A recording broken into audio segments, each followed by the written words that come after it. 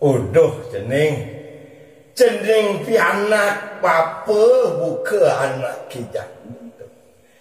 De pesanyan pada wekan cening mabat ngaku teken pada wekan rilih donyan cening. Hendak panganak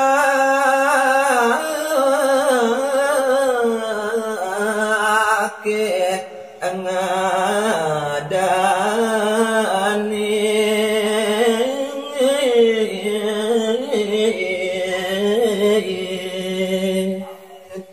pengidir bapune sing jada len cening ya diasten yang pada wekan cening cara jadi coba tamat masa sekolah kati S1, S2, S3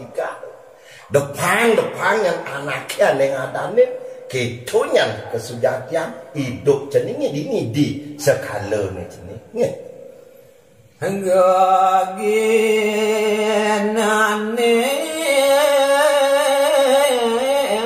buka nyampang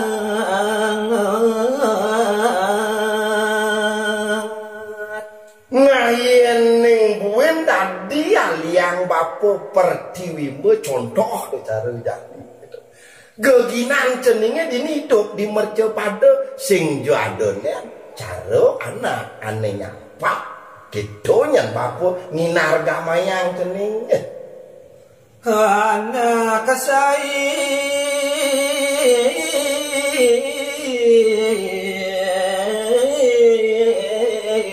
tumbuh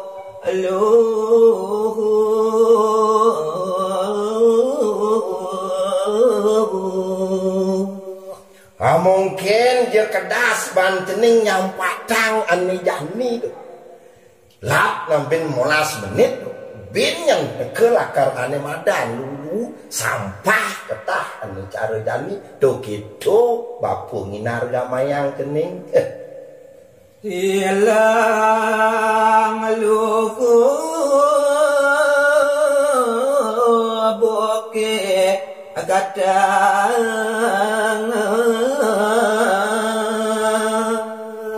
kedas yang ban cening yang batang ane madan sampah totonan lulune totonan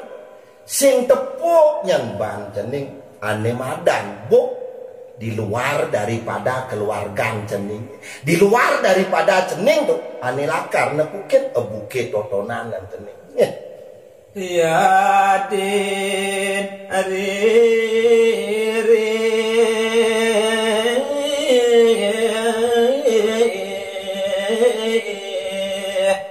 nolio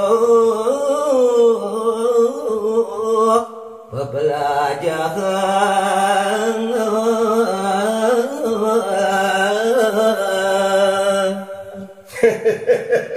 bilih-bilih yang pada wekan cening mare nawang sastra mare nawang tatwa kememai cening melajahang pada wekan